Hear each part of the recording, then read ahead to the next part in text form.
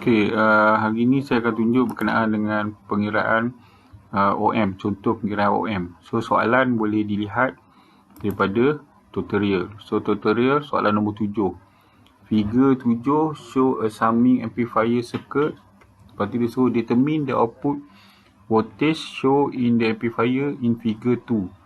Produce an output voltage whose magnitude is the mathematical average of the output. Lepas tu dia suruh cari average lah. Dia suruh kita cari average. Nah. So, bila dah habis tu, dia suruh kita cari average of the input voltage. Lepas tu, given that the R1, R2, R3 dan R4 ni, nilai dia adalah 100 kilo ohm. Dan untuk 25 apa? Untuk RF, nilai dia adalah 25 kilo ohm. Ini adalah 25 kilo ohm. Ini adalah voltage input. So, daripada formula yang ada kat sini kita pakai, kita nak dapatkan nilai Vout. Vout sama juga dengan negatif RF bagi dengan nilai R kali dengan Vin 1, Vin 2, Vin 3 dan Vin seterusnya lah. So, daripada sini apa yang kita boleh tengok, kita nak dapatkan Vout. So, untuk dapatkan Vout kan, Vout sama juga dengan Vin 1 campur dengan Vin 1 lah. So, Vin 2 campur dengan Vin 3. Lepas tu campur dengan Vin 4. Campur Vin 4. So, dia akan dapat nilai tu adalah, sekarang ni bila dia dah kata Vin 1 campur dengan 2, campur dengan 3, campur dengan 4 lah. So, maksudnya 1 volt campur dengan 2 volt campur dengan 3 volt campur dengan 4 volt. 4 volt. So, nilai 4 volt ni tadi, nilai ni adalah 1 campur dengan 2, 3, 4, 5, 6, 7 kan, 4, 5, 6, 7, 8, 9, 10. So, 10 volt lah nilai semua ni. So, nilai semua ni adalah sama juga dengan 10 volt.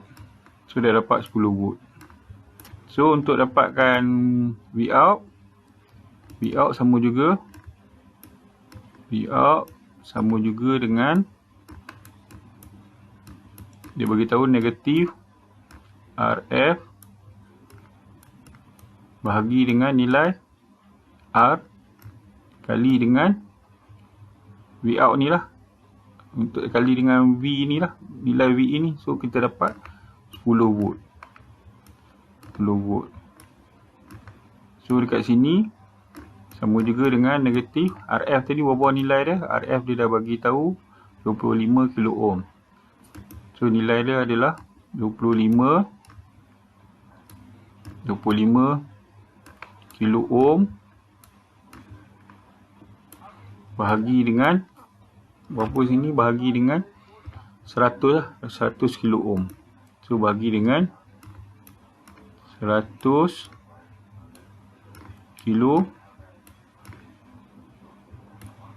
So, kita akan dapat kali dengan 10 volt. So, 10 volt. So, kita akan dapat 25 kilo ohm. Kita akan dapat dia lebih kurang 250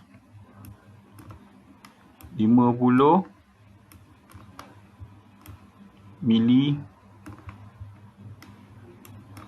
ohm kali dengan 10 volt. So, sama juga dengan, kita akan dapat 2.5 volt. So, kita akan dapat 2.5 volt lah kan, 2.5 volt. So, untuk dapatkan V average, so untuk dapatkan dah habis tu, Kita dah dapat dia punya Vout ni, maksudnya Vout adalah bersamaan dengan 2.5 volt. So untuk dia kata based on magnitude of mathematical average dengan input ni, so kita carikan dia Vin average. So Vin average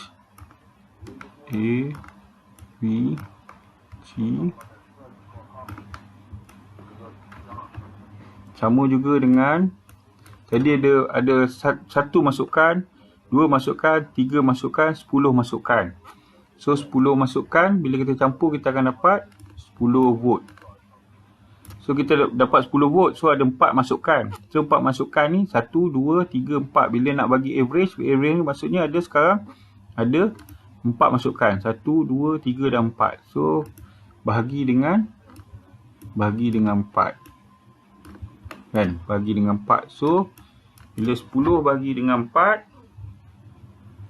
10 bagi dengan 4, kita akan dapat apa? 10. Kita akan dapat 2.5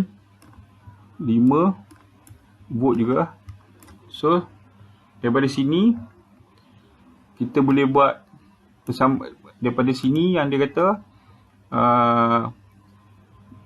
mathematical average of the input ni, magnitude ni, kita boleh rumuskan bahawa iaitu so we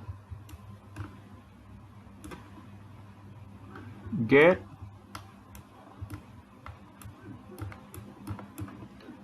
Vout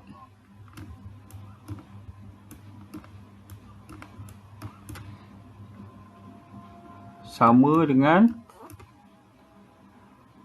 Vout ni sama dengan Vin average AVG. So maksudnya 2.5 Vout yang kita calculate ni sama dengan dia punya mathematic magnitude ni tadilah. So ini adalah jalan kerja untuk soalan nombor 7. Saya harap semua orang boleh try. Sekian, terima kasih.